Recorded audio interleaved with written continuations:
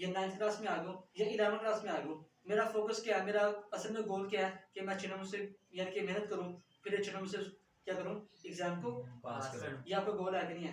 बादशाह कौन था? बादशाह। वो ना किसी जगह से ना जंग जीत के आ रहा था। क्या आ रहा था? जंग जीत के आ रहा था। जब वो जंग जीत के आ रहा था ना, ये मैं आपको गोल की एग्जाम्पल दे रहा हूँ, बाद में बताऊंगा कि मैंने क्यों दी है।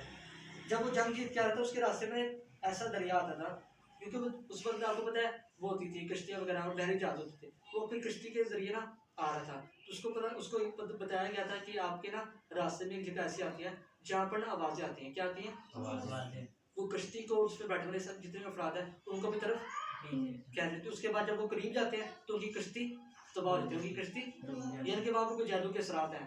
तो उसने जब ये सोचा, उसने कहा जाना तो मैं अपने घर है, मैंने कहा जाना है, मेरा गोल क्या है, मैंने कहा जाना है, घर जाना है। उसने कहा अपने सारे साथियों का कि अपने कान बंद कर लो, मुझे रस्सियों के साथ बांध के ऊपर लटका दो, ऊपर जो ऊपर आपको पता है किश्ती के ऊपर बना होता है, उसके साथ मुझे बांध दो। मैं जितना मर्जी कहूँ उस जगह पर जाए कि मुझे नीचे उतारो या इस तरफ ले जाओ, तुम लोगों ने मेरी बात सुननी। सारों ने ऐसे किया। जब उस रास्ते के करीब पहुंचे ना, उस फिगर की बातें आनी शुरू हो गई। अब उसने भी इशारा किया कि मुझे उतारो, लेकिन उसने सख्ती से कहा होता कि तुम लोगों ने मुझे खोलना।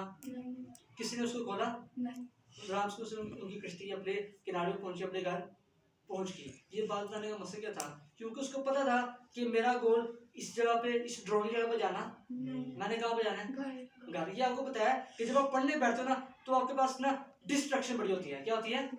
यानी कि आप पढ़ने बैठते हो, कभी आपके हाथ में फोन होता है, कभी आपके हाथ में लैपटॉप या कोई भी इंटरनेट का कोई भी सोर्स होता है आपके हाथ में, आप उसमें मगे हो लेते हो। हालांकि जब आप अपने पढ़ने बैठना, मैं बार बार कह रहा हूँ कि उस पर कोई डिस्ट्रैक्शन, आपको पूरा फोकस काम पढ़ो। मैंने क्या बताया पहला पॉइंट, ये सबसे इंपॉर्टेंट पॉइंट क्या है कि आपका अपनी स्टडी का गोल है कि नहीं है। आपको पता है कि मैं नाइन्थ में आ गया, मैं क्यों आया नाइन्थ में, मेरा सिलेबस क्या है और मैंने क्या करना है बड़े होके। और ये आपको कहा भी जाता है कि आपने बड़े होके क्या पढ़ना है। उससे पहले आपको ये डिपेंड करता है कि आपने तैयारी कैसे करनी है, अपने सब्जेक्ट की तैयारी। पहला पॉइंट क्या है आपको, मुझे याद हो चुका है, मुझे वैसे बताओ जरा क्या फोकस ऑन।